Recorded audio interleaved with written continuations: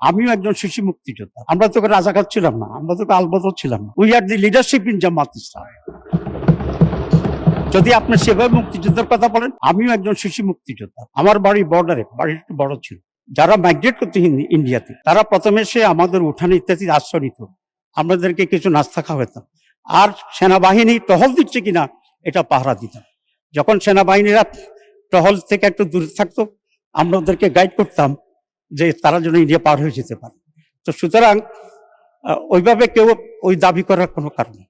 আর কোন দলে নাই, শেখ সাহেবের আওয়ামী লীগ যেটা ছিল, যারা সোল দাবি করে, তারা মাওলানা নুরুল ইসলাম সাহেবকে মন্ত্রী করেছে না?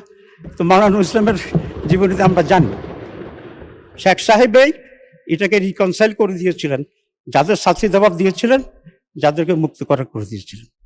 শহীদ প্রেসিডেন্ট জিয়াউর রহমান এসে এটাকে আরো বেশি কনসিল করেছেন, কারণ ওনার যে মন্ত্রিসভা, সেই মন্ত্রিসভাতে শাহজিউর রহমান সাহেব ছিল।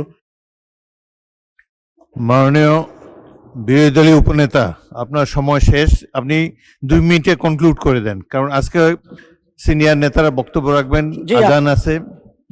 2 মিনিটে শেষ করেন দয়া করে। স্পিকার, 2 মিনিটে শেষ করছি।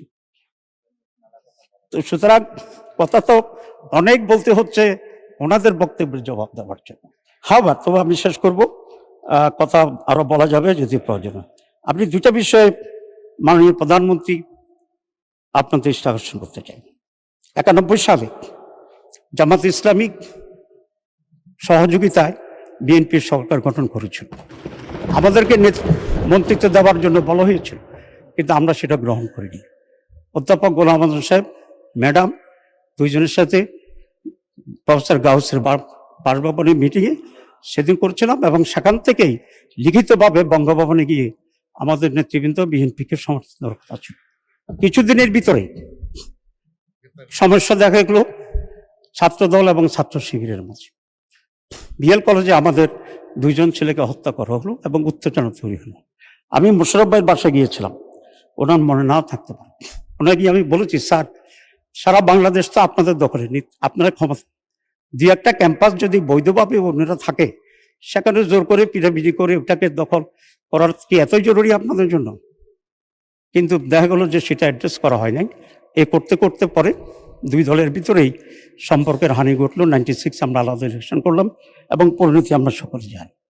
এবার কিছুটা লক্ষণ দেখা যাচ্ছে, এবং এইরকম ঘটনা যদি ঘটতে থাকে, তাহলে এটা কোন দিকে পরিণতি নিয়ে যাবে সেটা আমরা আশঙ্কা করি। আমরা চাই এই সংসদ, এই সরকার, আমরা সকলে মিলে একটা সুস্থভাবে, সুস্থ ধারায় কন্টিনিউ করতে থাকি। 2-1টা ইউনিভার্সিটিতে যে গন্ডগোল হচ্ছে সে ব্যাপারে আমরা অ্যাটেনশন দেব, আপনারাও মেহরবানি করে অ্যাটেনশন দেন। সাধারণ একাডেমিক এনভায়রনমেন্ট থাকা উচিত।